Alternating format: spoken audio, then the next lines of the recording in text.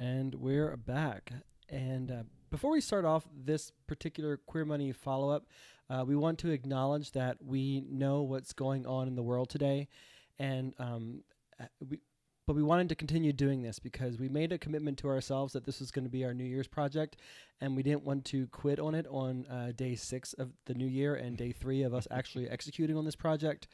Right. And we also made a commitment to you that we would do this for an indefinite number of days, but we also didn't want to sell either ourselves or you short on only doing 2 days worth before we decide to actually take a day off. Right. So we want to acknowledge that we know what's going on in the world today, but institutions still need to stand despite what's going on. And to the extent that we are an institution of any sort, we want to stand tall. And as entertainment says, the show must go on. Yes. And in this case, this show is going to go on, but also our democracy is going to go on. Yes. We're very thankful of what is going to happen in 2021 because of that. So with that in mind, are gay men richer? Are they rich? At least that's what many people would have us believe. And that's what we talked about on the second episode of the Queer Money podcast. So we're going to talk about that on this episode of the Queer Money follow-up. That show was titled The Gay Income Disparity, Is It Real? And on that episode, we discussed whether or not gay men specifically, I think we were really kind of looking at gay men, are they richer than the general population? And we spoke with or had guests on that show, Emma Johnson of Wealthy Single Mommy, and then Karen Raforth, who is the host of Outsources, which is a program that focuses on queer issues on KGNU, a radio station out of the Denver, Boulder area. Our old hometown. Yeah, exactly. So a couple of things to just share about that episode. Another disclosure. Yeah, exactly. Back when we were first starting out our podcast, we were using a platform called Blab. Blab does not exist anymore, and we are thankful because it was a piece of shit. The sound quality was horrible, and that is apparent in the episode that we recorded here. We were just starting out, and we did not have the ability to produce, well, first of all, the ability or the money to highly produce the episode. So the sound quality in the episode wasn't the best, but it was still an awesome discussion, and that's why we wanted to recap this. So we want to talk about this idea of, are gay men richer than everyone else? Because it seems like everybody seems to think that, right? Yeah, it seems to be a stereotype, and very often there are some elements of truth to stereotypes, but then oftentimes people get offended by stereotypes. And I think this is a comical stereotype, or Right. a stereotype that people perceive as comical. And the group, this particular podcast, the 4 of us pretty quickly came to the conclusion that the stereotype is simply not true.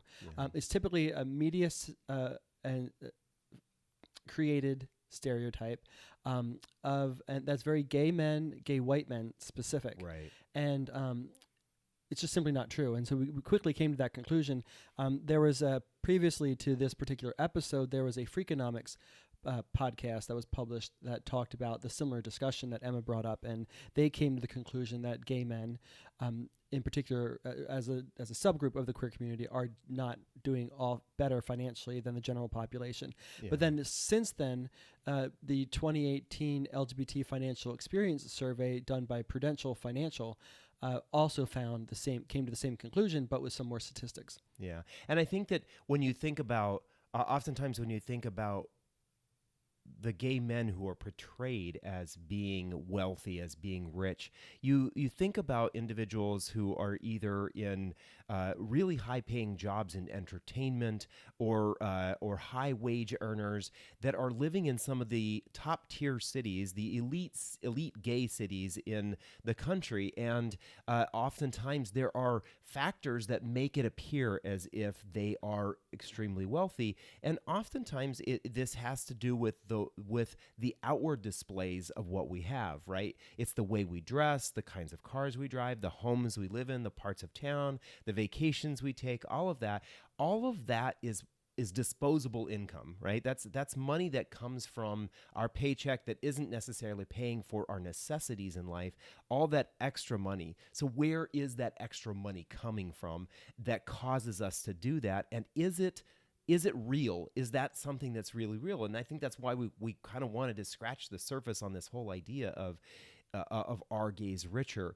And I think it's important to remember, as John mentioned, this idea that that this is a stereotype of a very small segment of our community.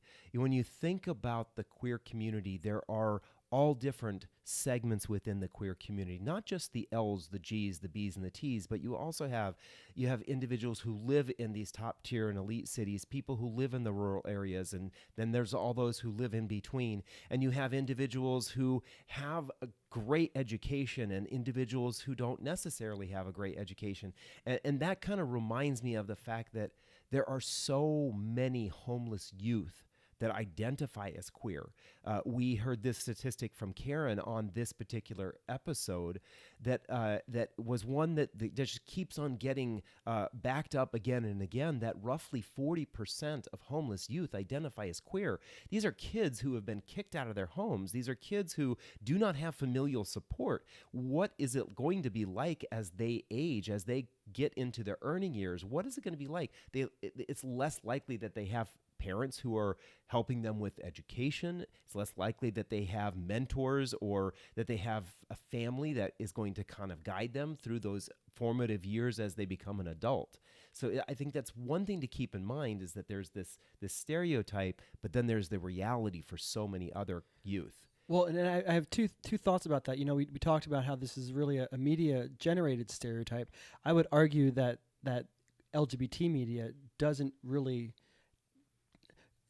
do us any service by actually underscoring the stereotype. I mean, every year, what Out produces this list of the 100 most successful or amazing LGBT people, and more often than not, it's a litany of celebrities, right, who have achieved the peak of fame. But it's almost as if we all have to be entertainers if we're actually going to be fabulous. We have financial security, and then every now and then they'll pepper in one or two activists or one or two CEOs. But it's almost like we get raptured in by this Hollywoodism right, of being LGBT. The other thing that I'll add that Karen talked about in this particular episode was that 40% of homeless youth identify as LGBT, but that also means they're not probably not going to school every day, if they're going to school at all. So they're not only are they not getting support and education and structure at home, but they're not getting that in school. right. And studies show that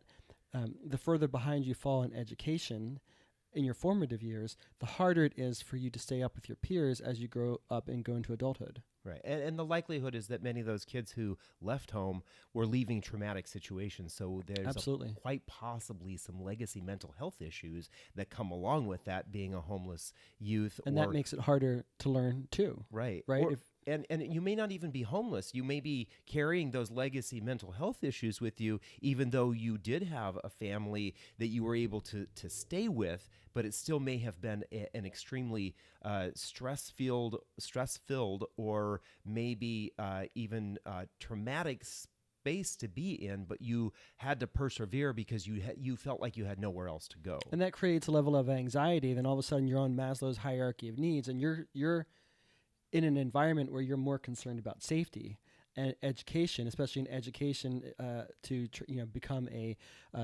six-figure income earner is that much more challenging. Right. But so while we acknowledge that, I guess we also have to ask the question to your point, where is all this disposable income that we have going?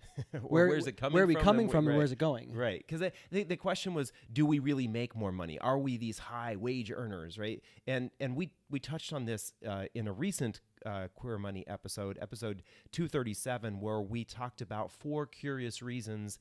Actually, I think we hit on 5 reasons why it appears that gay men are earning more money. And the truth is that this episode, the original episode, was recorded in 2016, and the recent episode was recorded in 2020. That time period has shown an increase and to almost parity with our straight counterparts, that gays and lesbian same-sex couples are earning a lot more. It's getting pretty close. So it does beg the question, where's all this money coming from and where is it all going? One of the things that's interesting about this whole topic of money is that so many LGBT folks, especially same-sex couples, do not have children.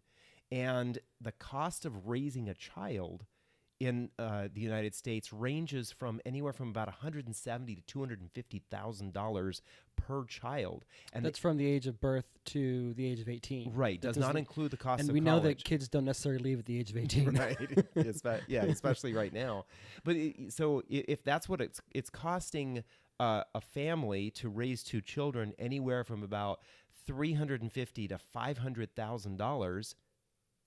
So that's a cost that we don't have. Right. We're not necessarily spending it. But what is interesting, that would lead us to believe then that we have all this extra money, but the other data says that as a community, as individuals, we have roughly about $6,000 more in retirement than the straight population. Right. And with us not having that exorbitant expense of having children, we should have a lot more. Right. Where the heck is all?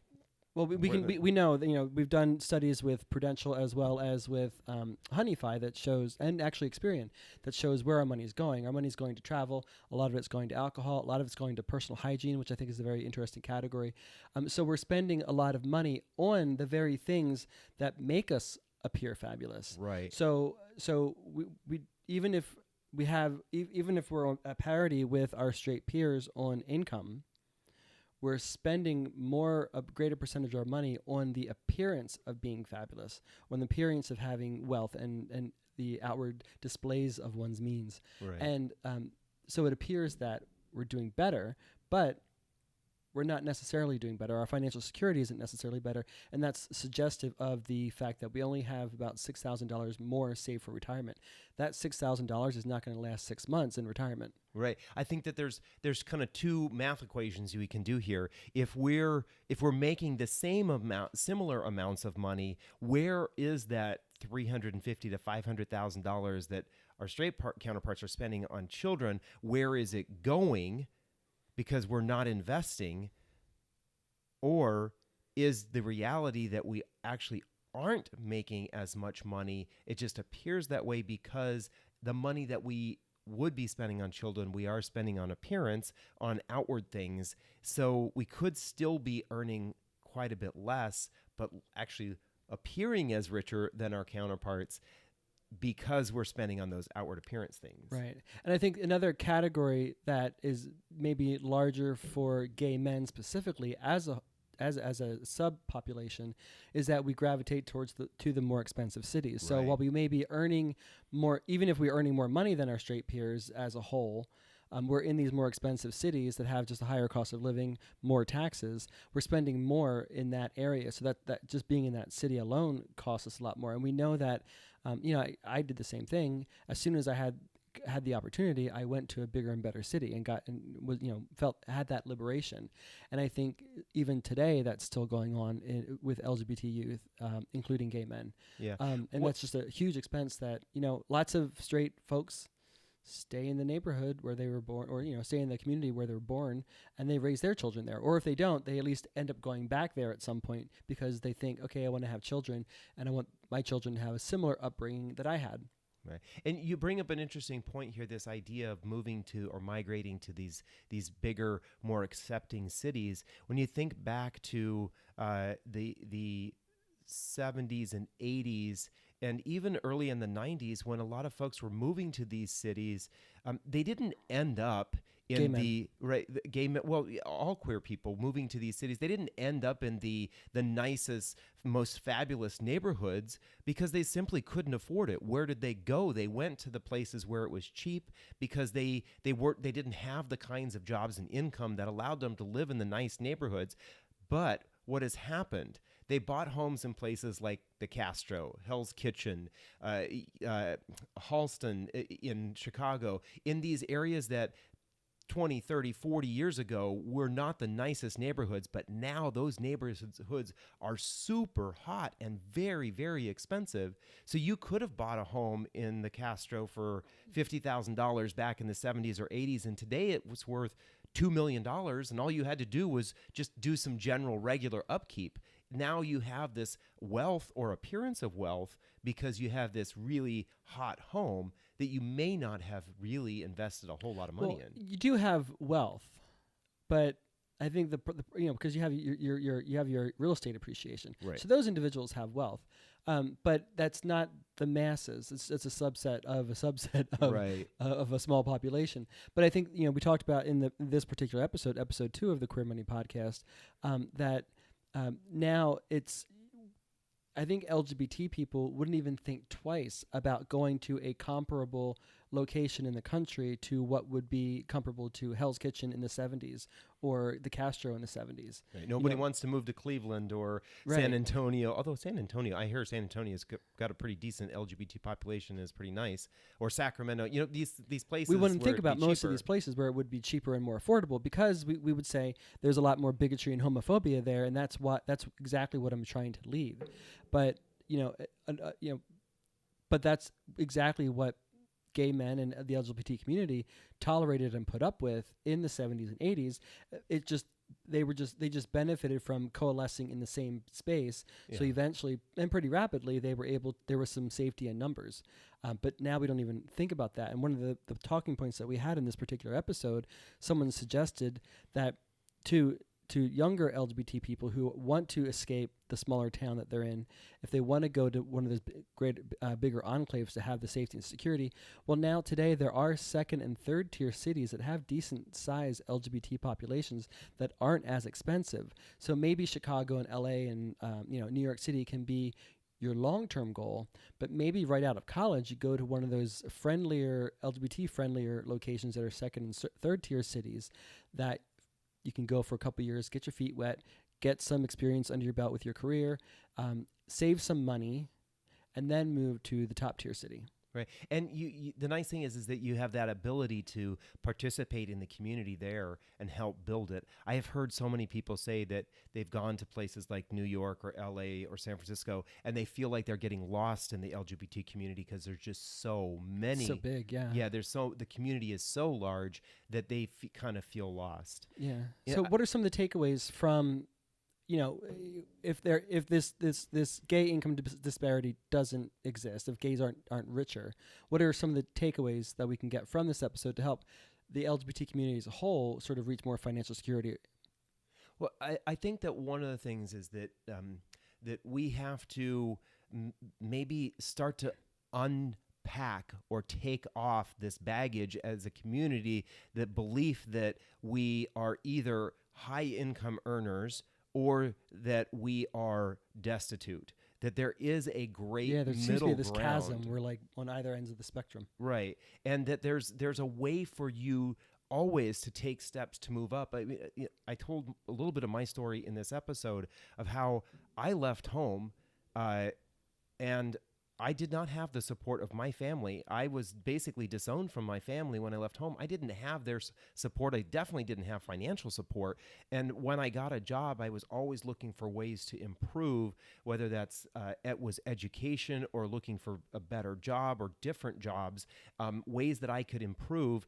And I think that that's something that as a community we need to encourage folks to do, is to be reaching and supporting each other in that reach. We need to be giving a hand up to people in our community so that we can help each other to more of us get into this point, this appearance, or I don't want to say appearance, actual reality of making more money. Exactly. One of the things that we talked about in this particular episode that I liked was, not everybody has access to the same support system. Right. Not everybody can go to an Ivy League college. Not everybody, came from a two-parent household that supported them from start to finish.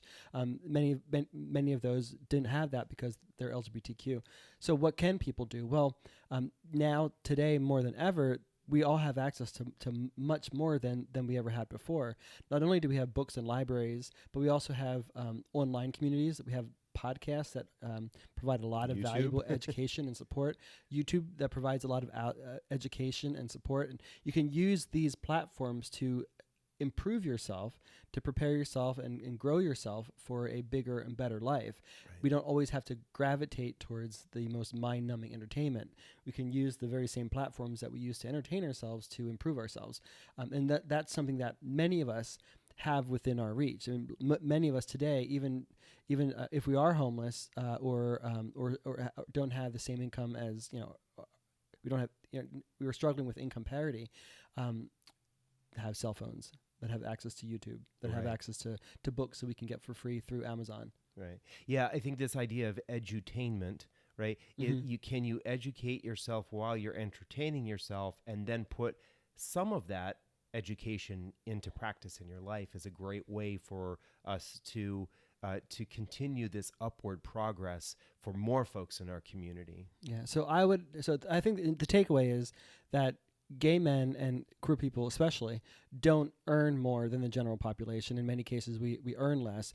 It just appears that we earn more because we have more disposable income, and we spend that money on ways to make ourselves look good, probably to make ourselves feel good, but the result is that it makes us story. Yeah, the result is that it makes us look good. Yeah. But what can we do to actually get the financial security that we would all desire?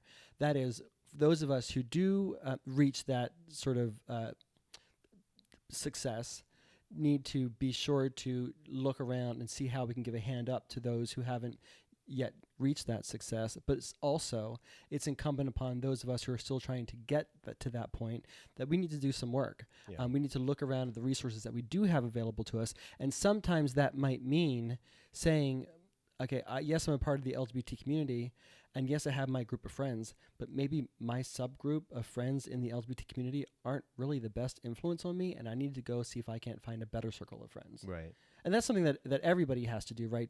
The people that they're surrounded with or the community that they're born into may not be the most supportive and I don't know what the word it is I'm looking for, but may not be the best people to be around. You're stuck with those folks.